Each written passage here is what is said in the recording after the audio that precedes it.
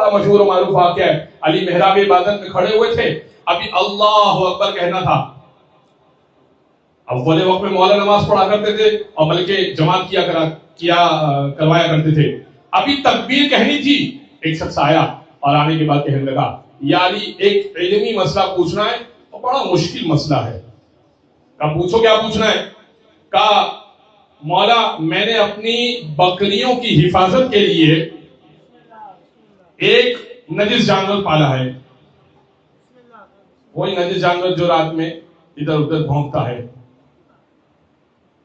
تو میں نے اپنی بکریوں کی حفاظت کے لیے ایک نجس جانور, شکاری نجس جانور پالا ہے.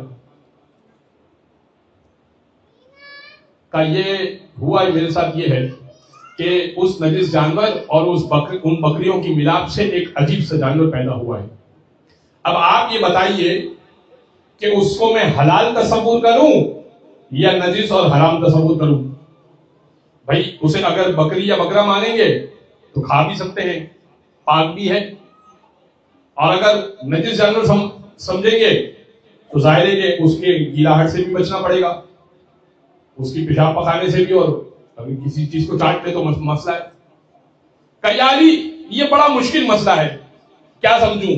اب وہی جواب دے سکتا ہے, توجہ رکھیے گا میرے اس جملے پر, کیونکہ یہ بات جو کر رہا ہوں میں بہت امپورٹنٹ کر رہا ہوں. اس مسئلے کو جواب دینے کے لیے وہی بات کر سکتا ہے, وہی شخص جواب دے سکتا ہے جس نے بایولوجی کی بھی ہو, جانوروں کے علوم تک سے واقف ہو. بھائی آپ جائیے اس طرح کا مسئلہ لے کر کسی مولوی سے پوچھ لیجئے, مولوی کہے گا بھائی دین کا مسئلہ تو پوچھ لو.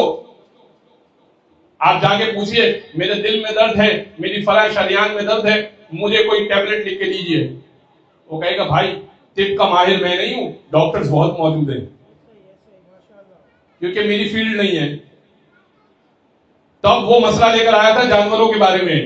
علی کو کہنا چاہیے تھا بھائی جاؤ یہ تو جینڈر کا مسئلہ ہے, یہ جا کر تم کسی ڈاکٹر کو دکھا دو اپنا وہ والا جانور, وہ طے کر لے گا. لیکن مولا ابھی تکبیر کہنے والے نماز اول وقت سے نکل جائے گی. مولا نے کہا جا اور جا کے دیکھ وہ کھاتا کس طرح سے. اگر لقمہ چبا چبا کے کھاتا ہے تو حلال جانور ہے, اور اگر لقمہ پورا منہ میں نکل لیتا ہے تو حرام جانور ہے.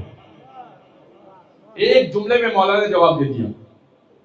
اگلے دن پھر اسی وقت آیا اور آنے کے بعد کہنے لگا یا علی میں نے بہت غور کیا اس جانور پہ جو پیدا ہوا ہے, بہت غور کیا, اور میں نے دیکھا کبھی تو ایسے چبا چبا کے کھا رہا ہے اور کبھی پورا پورا نکل رہا ہے, حلال سمجھوں یا حرام سمجھوں.